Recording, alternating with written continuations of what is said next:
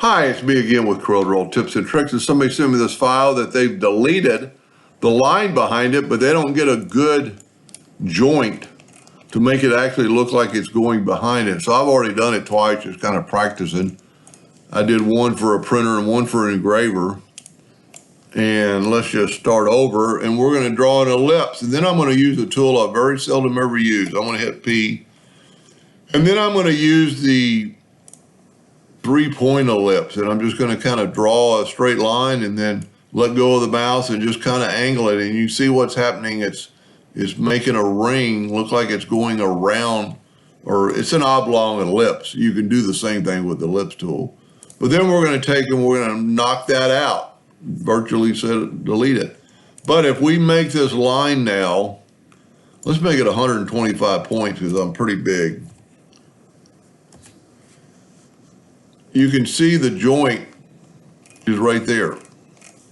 So we'll go ahead and take the Smart Fill tool and, well, we don't even have to do that because it's still an ellipse. We can just make it blue. And see the joint, it looks terrible. Well, when we look at a line close up with the shape tool, it's just one line that's thicker. It's always, that's the way a line is.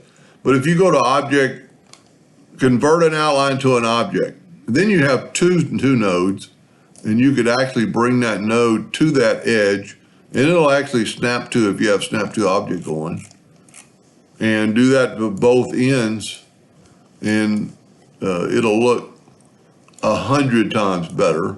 It'll actually look real, and it looks like it's going through there, or it looks like it's going around, you know. And so what's kind of cool about this, you might be able to do this. Let's Control D and make a duplicate, and let's mirror it. No, we're a little bit off, but you could adjust that, and it wouldn't take 2 seconds to,